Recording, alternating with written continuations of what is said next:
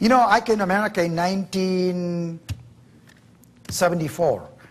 After having spent 8 years on the mission field, getting beaten up, abused, a lot of sacrifice and suffering, wept without end for the lost world. And I came to America to go to seminary and hopefully, you know, then figure out what I do for the future. But, you know, America is a very strange country that changes aliens. And within a few months' time, I was called to pastor a church. I was so in seminary full time, then teaching 3-4 times a week in my church and baptizing people and all those things.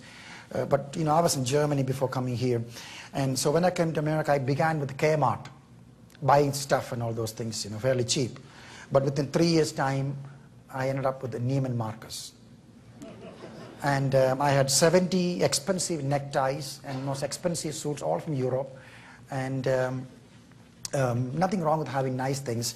And then after coming here, I figured out you had to color coordinate things. So I bought me a book called Color Me Beautiful.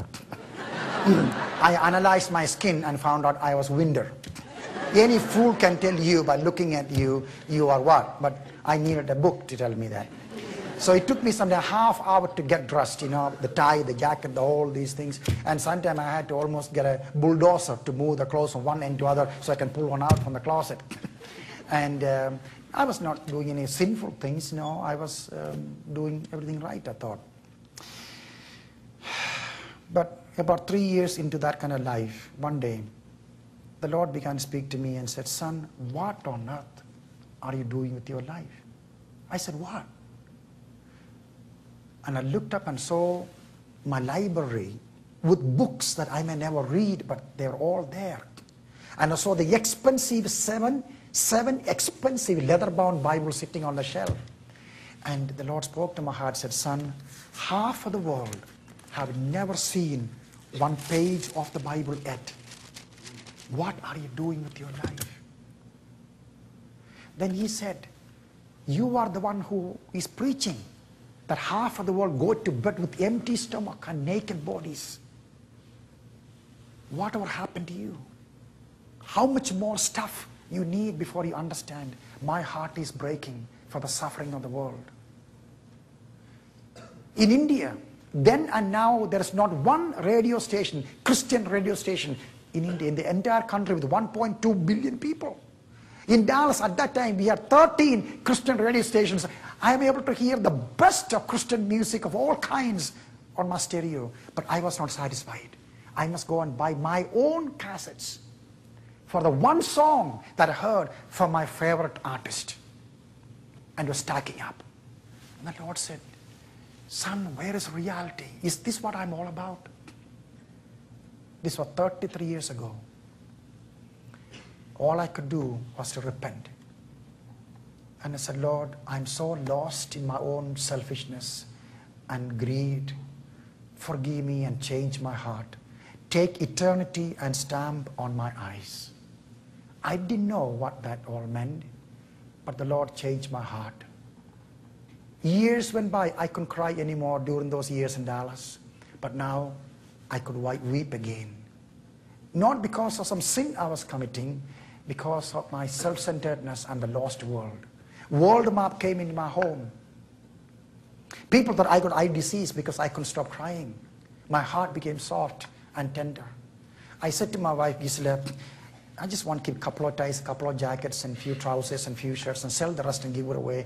And we sold, exchange everything we possibly could. Not to become spiritual, not to please anyone, because all of a sudden I realized millions of people living without Christ and dying and going to hell, and I must exchange all these things. I used to chew gum like a cow. And all of a sudden I realized how many hundreds of people that I knew that came to Christ by reading one gospel tract on the mission field that cost less than 1 cent. I decided to stop chewing gum and exchange that for gospel tracts.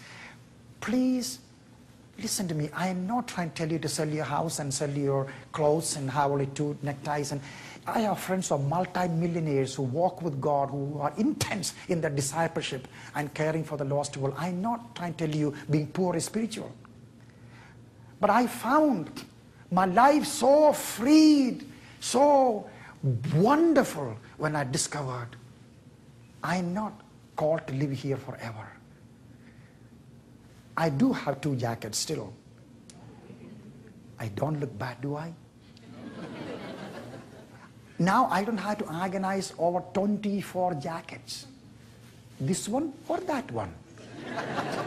I have 2, 3 neckties, and last meeting I was somewhere speaking like this, and I had a necktie, and I talked about the necktie story. Somebody came to the pastors, gave me $5,000 and said, can you please ask and give me his tie? So I gave him my tie. So I got 2 ties. Either I wear this one or that one. No agony. I am not telling you to do these things so you can be closer to God. Rather, the more closer you get to Him, your heart begin to break. And you come to the place, I am not my own anymore. I don't care about how other people think about me. My concern is eternity. And you make your decisions based on that. That is how Jesus lived. They want to make Him the king. He said, me? You can be the king. My few days here, I have something else to do. There's a cross, there's eternity. He was not after any of those things. That is how we must be living as revolutionaries, changing our home, our community, our world. Not superficial plastic Christianity that says, feed me, take care of me. Rather saying, I am willing to go to the end of the world, whatever it takes, for the sake of Him who gave His life for me.